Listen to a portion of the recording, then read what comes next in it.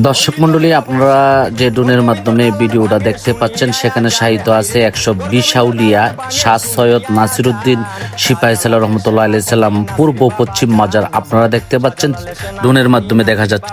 আসসালামু আলাইকুম প্রিয় বন্ধুরা, আমরা আজকে ড্রোন নিয়ে যাব যেখানে রয়েছে 120 জন আউলিয়া সোনারুঘাট মুরার বন। তো আপনারা এখানে কিভাবে আসবেন অনেকে আমাকে প্রশ্ন করতে পারেন।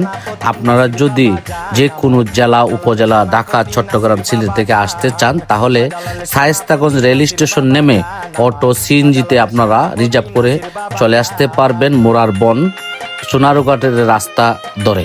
প্রিয় বন্ধুরা, আর যদি কেউ বাস অথবা নিজস্ব ব্যক্তিগত গাড়ি প্রাইভেট কার নিয়ে আসতে চান তাহলে চলে আসতে হবে আপনারা নতুন ব্রিজ শায়েস্তাগঞ্জ নতুন ব্রিজ চলে আসলে নতুন ব্রিজ থেকে দক্ষিণ দিকে সোনারুঘাট রোড ধরে আপনারা চলে আসবেন শ্রীকুটা বাজার। শ্রীকুটা বাজার থেকে আপনারা বাম দিকে চলে যাবেন পূর্ব দিকে সেই মুরার বন।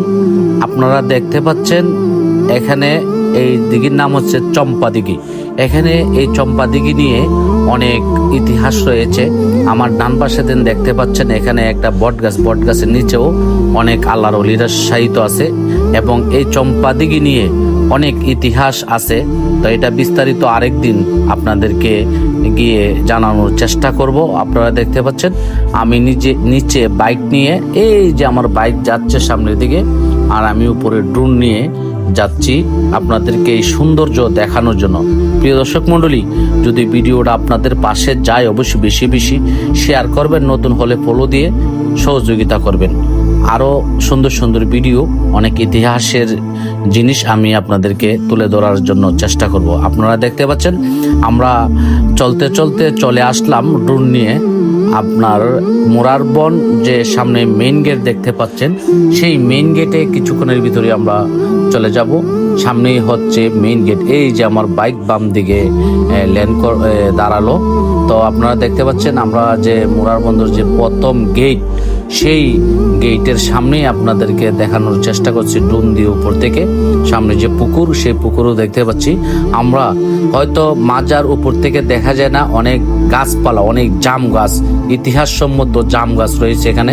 আপনারা দেখতে পাচ্ছেন অনেক পতাকা মাজারের নিচ থেকে মাজারের উপর থেকে ওঠানো হয়েছে গাছের উপরে। আপনারা দেখতে পাচ্ছেন এইখানে শায়িত আছে 120 আউলিয়া, যেখানের মধ্যে রয়েছে কুতুবুল আউলিয়া একজন আল্লাহর ওলি, একদম আরেকজন রয়েছে হযরত শাহ সৈয়দ নাসিরউদ্দিন সিপাহী সালাহ রহমতুল্লাহ আলাইহি সাল্লাম, যিনি হযরত শাহজালাল রহমতুল্লাহ আলাইহি সাল্লামের সঙ্গে ছিলেন এবং যিনির আজানে হযরত শাহ সৈয়দ নাসিরউদ্দিন সিপাহী সালাহ রহমতুল্লাহ আলাইহি সাল্লামের আজানে গৌরবিন্দর সাততলা দালান ভেঙ্গে টুকরো টুকরো হয়ে পড়েছিল।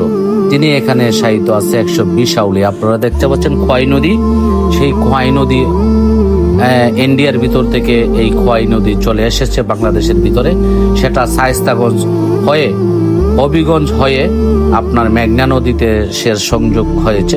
তো আপনারা এখানে আরো অনেক আল্লাহর ওলিরা রয়েছে। আপনার এই খান্দুরার জিনিস চামারিসা সেখানে রয়েছে, তিনিরও অনেক ইতিহাস আছে এখানে। তো আপনারা দেখতে পাচ্ছেন এখানে বিশাল জাম গাছের কারণে আল্লাহর ওলিদের রওজা শরীফ এবং মাজার শরীফ দেখা যাচ্ছে না। তারপরও ড্রোন অনেকবার চেষ্টা করেছি আমি নিচে নামানোর জন্য, কিন্তু সেই ড্রোন সেন্সর থাকার কারণে ড্রোন নিচে নামতে চায় না, বা গাছপালা দেখলেই সে ওয়ার্নিং চলে আসে আমার কাছে আমার রিমোটের মধ্যে। তো আপনারা দেখতে পাচ্ছেন এখানে নিচে নামাবো।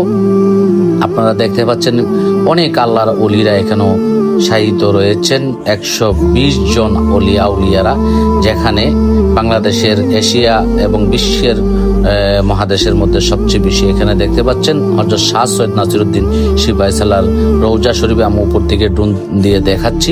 প্রিয় বন্ধুরা, সবাই ভালো থাকুন, সুস্থ থাকুন, সবার জন্য শুভকামনা রইল। ভিডিওটা ভালো লাগলে বেশি বেশি শেয়ার করবেন, ফলো দিবেন। সবার জন্য শুভকামনা রইল। আল্লাহ হাফেজ।